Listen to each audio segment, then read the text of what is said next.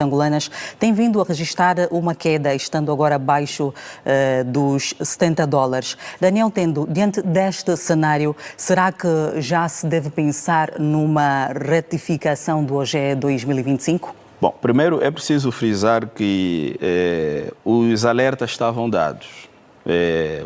As sugestões, os conselhos estavam dados, que o Orçamento Geral do Estado foi preparado e aprovado num contexto de bastante incerteza no mercado internacional. Os conflitos Rússia-Ucrânia, Médio Oriente, a eleição do presidente Donald Trump eram as variáveis que sabíamos que a qualquer momento poderiam influenciar negativamente o mercado de petróleo, e nós, sendo uma economia extremamente exposta aos choques externos e ao mercado petrolífero, seríamos diretamente afetados. E envolvido 1 mês, 2 meses, vamos verificando. O mercado vive turbulências constantes. Nós fizemos um orçamento com o preço do barril do petróleo em referência a $70. Nós hoje já estamos, o preço já vai circulando numa banda de 68 a 70 diariamente. Ontem os mercados fecharam a 69, hoje acordaram com 69 e neste momento está 70,30, o que prova claramente que poderá fechar com 70 e amanhã oscilando. E no mês de abril o presidente Trump tem mais uma gama de medidas que poderão influenciar negativamente, porque a grande questão é o grande programa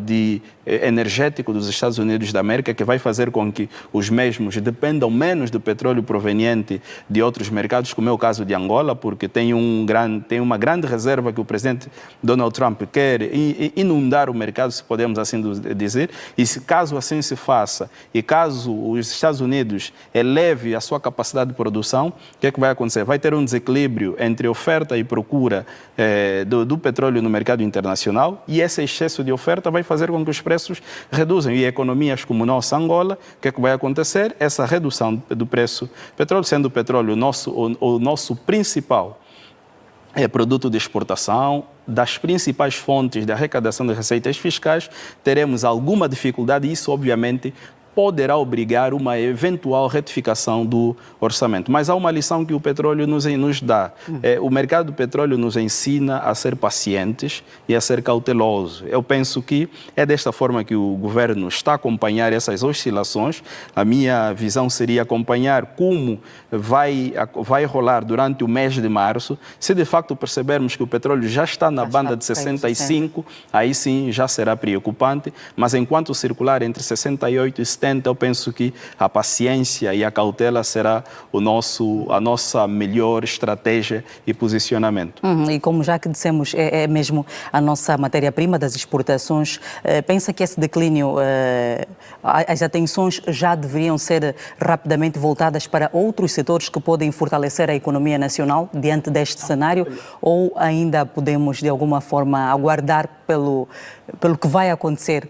Olha, é facto provado que o mercado global continuará a precisar do petróleo, ou seja, o petróleo continuará a ter a sua relevância no mercado internacional, mas nós não podemos continuamente olhar o petróleo como nosso carro-chefe da economia, ou seja, é obrigatório, é urgente nós começarmos a olhar fontes alternativas para financiar a nossa economia. Obviamente que a narrativa da diversificação da economia data dos anos 60, 70, o presidente Neto frisou, o presidente José Eduardo dos Santos falou da diversificação da economia e o presidente João Lourenço também está a falar da diversificação da economia. Percebe-se claramente que é um programa que até hoje não temos sido suficientemente capaz de implementar e ter os devidos resultados, mas é necessário porque enquanto o mercado internacional continuar oscilando, porque nós sabemos o petróleo é uma arma diplomática,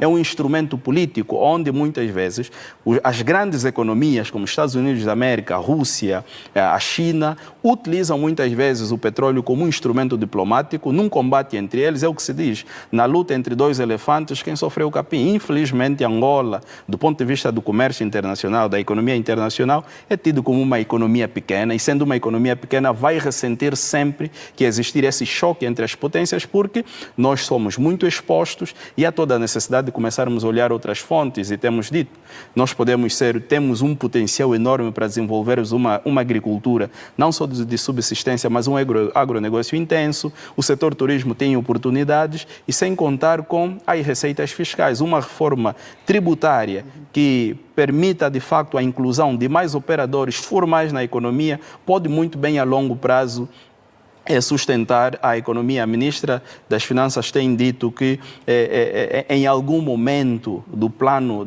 em termos de execução financeira, conseguimos ver que as receitas fiscais conseguem muitas vezes suprir um conjunto de despesas. Quer dizer que há um potencial aí enorme, se de facto nos dedicarmos, melhorarmos a qualidade da nossa despesa, porque o outro problema é esse: gastamos muito e mal, muitas vezes. O governo precisa ter a coragem de reduzir todas aquelas despesas desnecessárias para fazer com que, peso embora o petróleo vai decaindo, mas internamente as nossas despesas são de qualidade, voltada para a gestão do pessoal e aquelas despesas de capital que permitem capitalizar a nossa economia e o nosso tecido social. Obrigada. Vamos rapidamente, já que na sua fala